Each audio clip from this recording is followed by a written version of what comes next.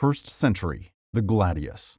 It started as a simple short sword, but by the 1st century, the gladius had evolved into one of the most efficient killing tools in history, honed by centuries of war and perfected by Rome's legions. In the 1st century, Rome rose from a regional power into an empire stretching across Europe, North Africa, and the Middle East. At the heart of this expansion was a blade barely 2 feet long, the Roman gladius. With its steel blade and weight of less than a couple of pounds, it was perfect for stabbing, slashing, and generally wreaking havoc in tight spaces. The Romans trained relentlessly with the gladius, turning disciplined formations into unstoppable killing machines. Roman legionaries didn't need huge battlefields to make it effective. What they do was close in behind their massive shields, the scutum, forming impenetrable tortoise formations. Once they got close enough, the gladius did the rest. Quick, precise thrusts aimed at vital spots that could take out an enemy in seconds. What made it even more devastating was not just the injuries,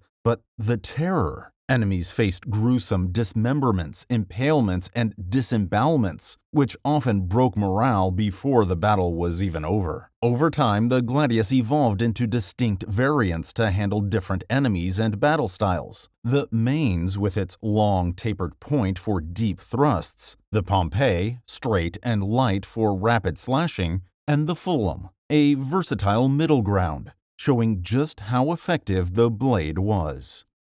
2nd century, the gladius. Still, the gladius was such an effective weapon for the Romans, it didn't fade after the 1st century. It remained the most lethal tool of war well into the 2nd. By then, Rome was fighting Dacians, Parthians, and countless rebellions, and still the short sword was the core of their lethality. The Parthians had a composite bow, a weapon famous for cutting down men from horseback at long distances, and siege engines were powerful and formidable too, leveling walls and fortresses. But those were occasional tools, and battles were decided when soldiers met face to face, and that is where the gladius still dominated. Even against enemies known for armor or mobility, Roman discipline and close-range stabbing made the sword impossible to replace. Besides being cheap to make and easy to carry, it devastated enemies when used in formation, and that's why it stayed the empire's main weapon for centuries,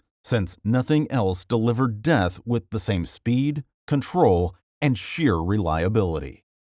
3rd century, cavalry lance.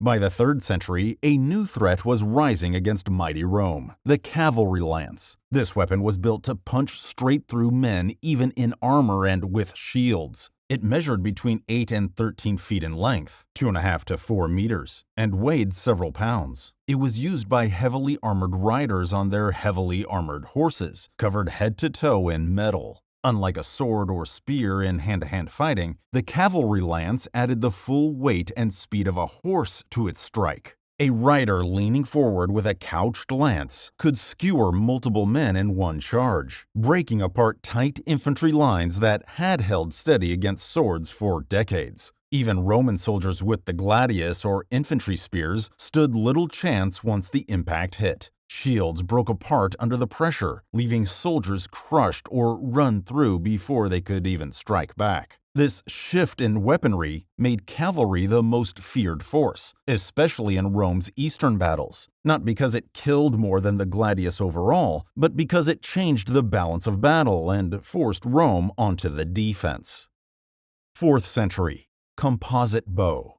What could be better than a weapon that could end your enemy before they even saw you coming, and kept you safe at a distance? This was one of the scariest things on the 4th century battlefield, the composite bow. Unlike a simple wooden bow, this one had over 160 pounds of pull, and was built from layers of wood, horn, and sinew, which gave it far more power. Additionally, the bow was 3 to 4 feet when unstrung, making it small enough to fire from horseback, yet strong enough to send an arrow tearing through armor. Steppe riders like the Huns carried dozens of arrows and could release them in quick bursts while riding on horses at full speed. Roman shields and helmets that once gave protection were no guarantee now, since these arrows could slip through gaps or strike exposed faces and necks. A unit of foot soldiers could be completely taken out before even reaching the enemy. The bow's reach, speed, and lethality made it the most feared weapon of its time, changing how Rome fought its enemies forever. 5th century, Hunnic bow. Nothing was more terrifying in the 5th century than seeing a wave of Hunnic horsemen riding fast, raining down arrows with their Hunnic bows before anyone could even raise a shield. And this wasn't a normal bow. It measured just over 4 feet when unstrung and had an over 170-pound draw weight, bent in a sharp curve and made from horn, wood, and sinew layered together. This design gave it huge power. A Hun on horseback could pull it back, release, and send an arrow flying with enough force to pierce armor and sink deep into a man's body. Yet the Huns didn't just shoot once and wait. They carried quivers filled with arrows and could fire quickly, even while their horses were moving at full speed. Even the formidable Roman foot soldiers never stood a chance as arrows came raining down in waves, cutting down entire lines before contact. Realizing its efficiency, Attila's forces used the bow to scatter enemies, then attacked the broken lines, ending tens of thousands of lives all across Europe. 6th century, Greek fire. This was fire that stuck to ships, shields, and skin. It was Greek fire, and it became the most feared weapon of the 6th century. With what it could do, it was confusing and terrifying to the enemy because no one outside the Byzantine Empire truly understood how it worked. Soldiers described it as liquid fire that could burn even on water, making it impossible to escape once unleashed. During the Arab sieges of Constantinople, enemy ships packed with men would suddenly erupt in flames when hit.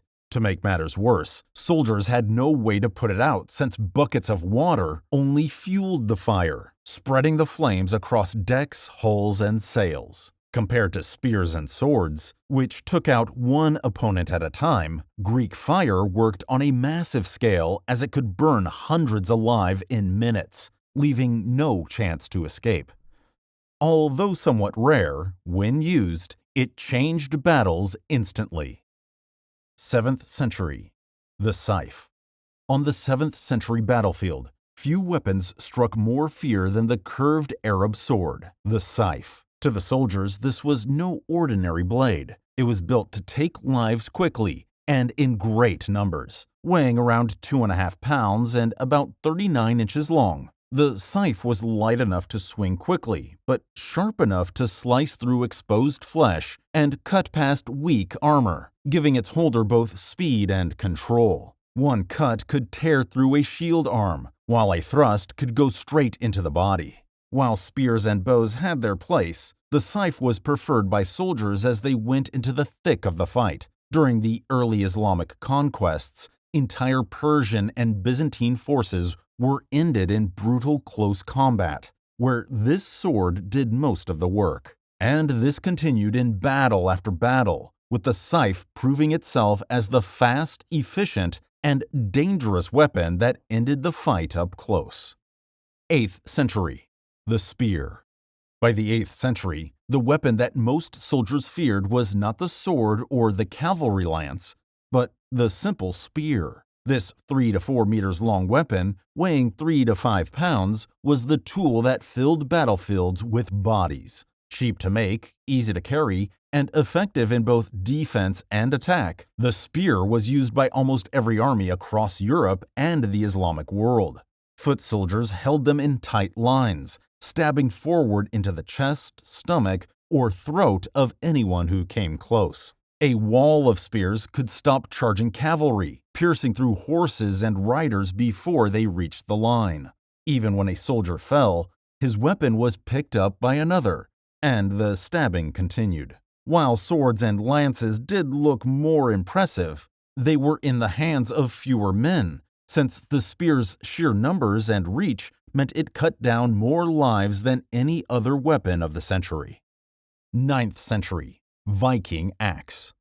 After the spear dominated warfare in the 8th century, the 9th century brought a weapon that terrified anyone who saw it raised against them. The Viking axe. Unlike swords, which were expensive and reserved for wealthier armies, the axe was cheap to make and easy to find, which meant almost every Viking carried one. This made it the weapon most soldiers and villagers had to face during raids. Yet, what made the axe so deadly was its design. The one-handed axe was 24 to 36 inches long, and the two-handed one was around 3 to 5 feet. With its 2 to 4 pound weight concentrated in the iron or steel head, it could smash through helmets or shields in one blow, and its sharp edge could cut straight into bone. As Viking raids spread across Europe, from monasteries to villages, the axe was a symbol of fear. It surpassed being just a work tool and became the weapon that brought entire communities under attack, leaving fields of bodies behind.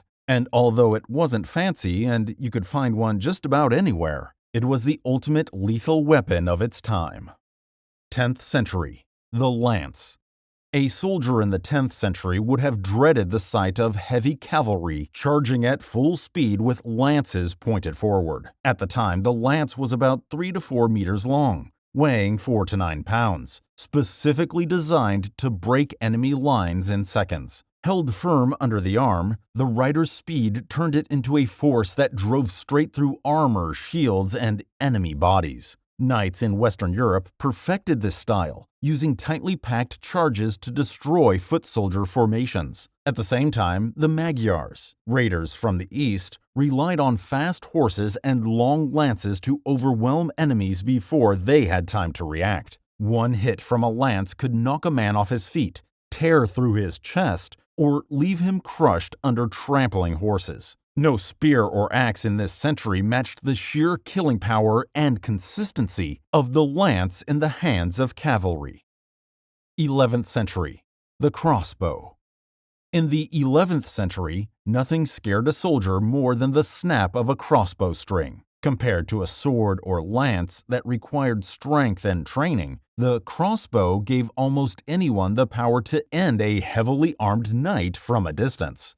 Being 2 to 3 feet long, weighing around 6 to 13 pounds, with a draw weight of around 200 to 500 pounds, this weapon, drawn back with a lever or hook, locked the string in place until the trigger was pulled. The bolt it fired was shorter than an arrow but heavier, flying with crushing force. This made the crossbow terrifying on the battlefield, since a well-placed shot could punch straight through chainmail or shields, leaving even elite cavalry lying in the mud before they reached the fight. The Norman conquest of England showed just how effective it turned out to be, as waves of bolts tore into defenders. And unlike swords or lances, which demanded close combat, the crossbow ended fights before they even began, making it lethal, reliable, and simple to use.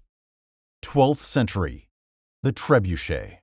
You're trapped inside a fortress, and everything collapses above you before you even hear the crash. That was the fear of the trebuchet in the 12th century. While swords and crossbows claimed lives up close, this huge, 33 to 66 foot tall siege weapon, with a throwing arm often over 40 to 50 feet long, ended tens of thousands of lives from a distance. Its counterweight system weighed tons, and it could launch stones weighing over 200 pounds straight into castle walls, breaking them apart after relentless pounding. Soldiers inside the fortresses had nowhere to hide, as each strike broke stone and wood, crushing anyone caught in the collapse. But its destructive power didn't stop with walls. Trebuchets could fire burning tar, or even diseased bodies over defenses, spreading panic and sickness among the enemy.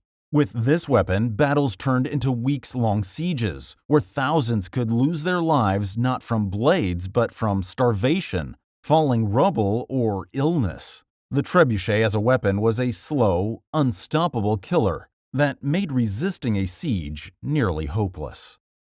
13th century. The Mongol bow.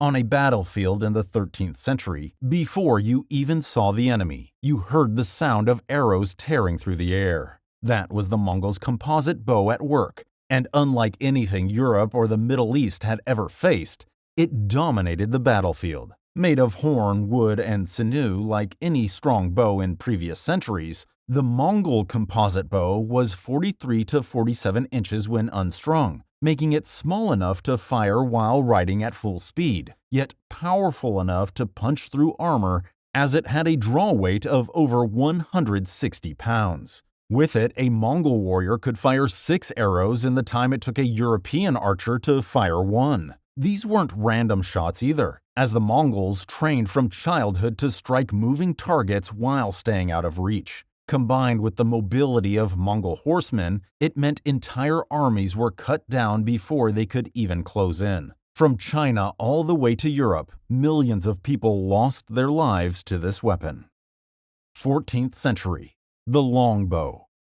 Being on the other side of the English longbow was one of the most frightening things a soldier could face in the 14th century. A skilled archer with this 6 to 7 foot long bow, made from wood with a pull force of over 120 pounds, could fire 10 to 12 arrows a minute, each going over 250 yards, with enough force to pierce armor. Soldiers facing English lines often never even reached the fight, as waves of arrows cut them down long before they got close.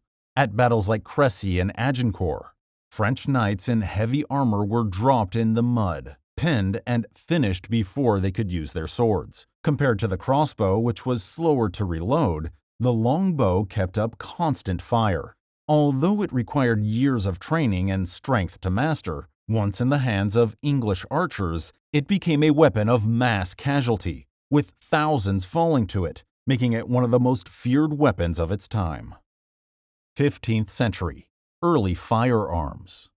As wars kept being fought, this century marked the adoption of a new kind of weapon: early firearms. Hand cannons with 1 to 2 foot long barrels weighing around 7 to 18 pounds and large and heavy arquebuses, or hook guns, around 4 feet long weighing 9 to 15 pounds, didn't need the years of training a longbowman required, nor the steady arm of a skilled crossbowman. A soldier could be trained quickly, handed a firearm, and turned into a threat. Yet what made early firearms dangerous wasn't just their raw force, but their ability to easily tear through armor that once kept knights safe. A lead ball could punch straight through plate or mail, leaving wounds that no blade or arrow could match. On top of that, the smoke, flash, and thunder of gunfire shook enemy morale in a way silent arrows never did. Yes, they often misfired, and they were slow to reload, but their shock effect and destructive power outweighed their flaws. By the end of this century, bows were fading, and the sound of gunpowder marked a turning point in warfare forever.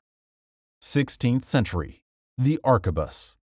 As empires quickly adopted gunpowder in warfare, the arquebus changed the rules of war in the 16th century. Unlike the clumsy hand cannons and early hook guns of the previous century, the arquebus was lighter, more reliable, and designed for mass use. A single shot could still pierce the armor of a knight, but what made the weapon truly fatal now was its deployment in organized volleys, where ranks of soldiers fired together and dropped enemies by the hundreds. The arquebus was a matchlock musket, with an effective 1 to 200 meters range, 15 to 20 millimeter caliber, and fired with a slow-burning cord that ignited the gunpowder. Though slow to reload, heavy, and not always accurate, none of that mattered when entire ranks fired together, as lead balls could punch through most armor of the time, leaving brutal wounds that no doctor could truly fix. The sound, smoke, and sudden loss of hundreds of soldiers shook enemy lines and forced armies to rethink old tactics.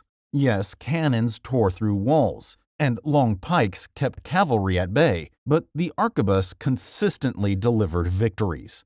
By the 1500s, this weapon had begun to dominate European and colonial battlefields. 17th century. The musket. Standing across a battlefield in the 1600s, the sight of rows of men raising muskets at once was enough to make anyone's blood run cold. The musket wasn't the fastest weapon, but what made it terrifying was the coordinated way soldiers used it. They fired in volleys, one rank after another, creating a wall of lead that tore through enemy lines. Being around 5 feet long, weighing 15 to 20 pounds, with a 17 to 20 millimeter caliber and an effective range of 100 to 300 yards, one shot from a musket ball could crack bones, punch through armor, and leave wounds that were nearly impossible to treat at the time. Unlike the long pike, which demanded close combat, or the heavy cannon, which required crews and time, the musket was both personal and scalable. Entire armies drilled to reload and fire in sequence, keeping a steady rain of fire on opponents. This rhythm was repeated battle after battle, breaking the dominance of older weapons and making the musket the true destroyer of the 17th century. 18th century. Flintlock musket.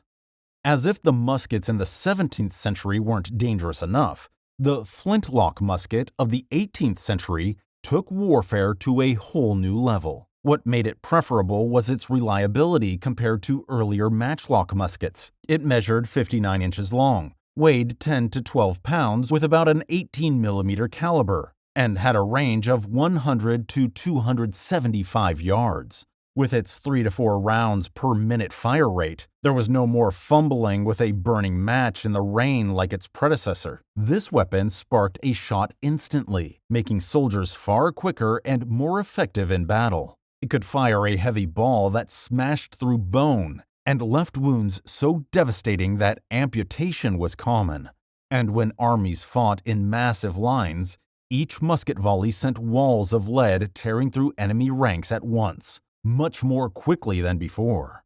But its danger didn't stop there. Most flintlocks carried a bayonet fixed at the end, turning the musket into a spear for brutal close combat when the lead balls ran out. By combining both ranged fire and melee use, the flintlock musket turned out to be the single weapon that dominated Europe's wars in this century. 19th century. Rifled musket. With humans getting more creative in ways to end other humans, the musket was back, this time with the rifled version for the 19th century. This 55-inch long weapon, weighing 9 to 10 pounds, turned entire battle lines into meat grinders. Unlike the old smooth-bore muskets, its spiral grooves spun the bullet, keeping it stable and more accurate at an effective range of 275 to almost 500 yards. That meant soldiers could be picked off long before they were close enough to fight back. But it was the way this killing machine was used that made the death toll even higher. Troops stood shoulder to shoulder, loading and firing in volleys. A single line of rifles could cut down advancing men in seconds, and because of its muzzle-loader nature, soldiers often faced the horror of reloading under fire, knowing the next wave of bullets was already on its way. From the American Civil War to colonial wars across Africa and Asia, the rifled musket was the weapon that ended millions of lives and reshaped the very idea of modern war. 20th century. Artillery. Things advanced quickly in the 20th century and brought warfare to a whole new level with artillery. Being a soldier in the 20th century, the most frightening sound on the battlefield was the distant thunder of artillery. Soldiers feared it more than anything else because when the shells started falling, there was almost no defense. In both world wars, artillery was the #1 cause of casualty, ending lives of more troops than machine guns, tanks, or even bombs dropped from planes. These 75 to over 155 millimeter caliber artillery were fired with either light field guns that were 2 to 3 meters long or long-range guns that were over 30 feet long with a 5 to 25-mile range. A single barrage could wipe out entire units in minutes, tearing through trenches, bunkers, and cities. Unlike a rifle or a machine gun, which required direct aim, artillery could strike from miles away, and the victim never saw the person who fired it, and vice versa. Artillery explosions ripped bodies apart, collapsed shelters, and buried men alive. They were relentless, used day after day to wear down enemy lines. Even with the invention of the machine gun and the horror of the atomic bomb and its destructive capacity, but relatively sparse use, artillery stayed the most effective and consistent killer of the century, deciding the outcome of countless battles. 21st century. The assault rifle.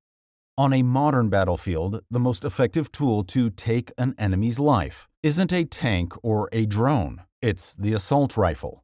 From the 20th century onward, this weapon has done more damage than any other on the battlefield. The AK-47 and M16 in particular were the most recognized killers of the modern world, and not by accident. They were designed for speed, accuracy, and efficiency, qualities that make them brutally effective in any conflict. The AK-47, weighing around 9.5 pounds with a firing rate of 600 rounds per minute and a 300 to 400 meter range, and a standard magazine capacity of 30 rounds, is cheap, durable, and deadly even in the harshest conditions. It can be dropped in mud, soaked in rain, and still fire without fail. That reliability turned it into the weapon of choice for militias, armies, and insurgents everywhere. Meanwhile, the M16, weighing about 7 pounds, firing 700 to 950 rounds per minute, with an effective range of up to half a mile,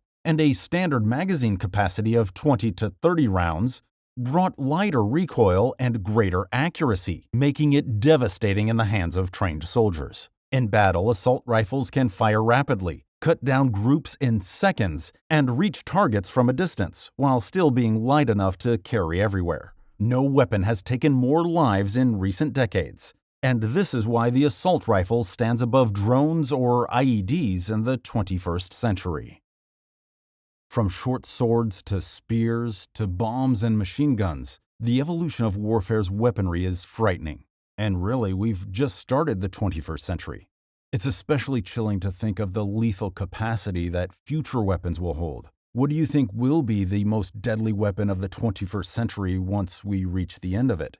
If we even do. I'd love to hear your thoughts in the comments below. And if you're still around, please leave us a like. And if you'd like to watch more, there should be a related video on your screen right now, so check it out. Thanks for watching. See you next time.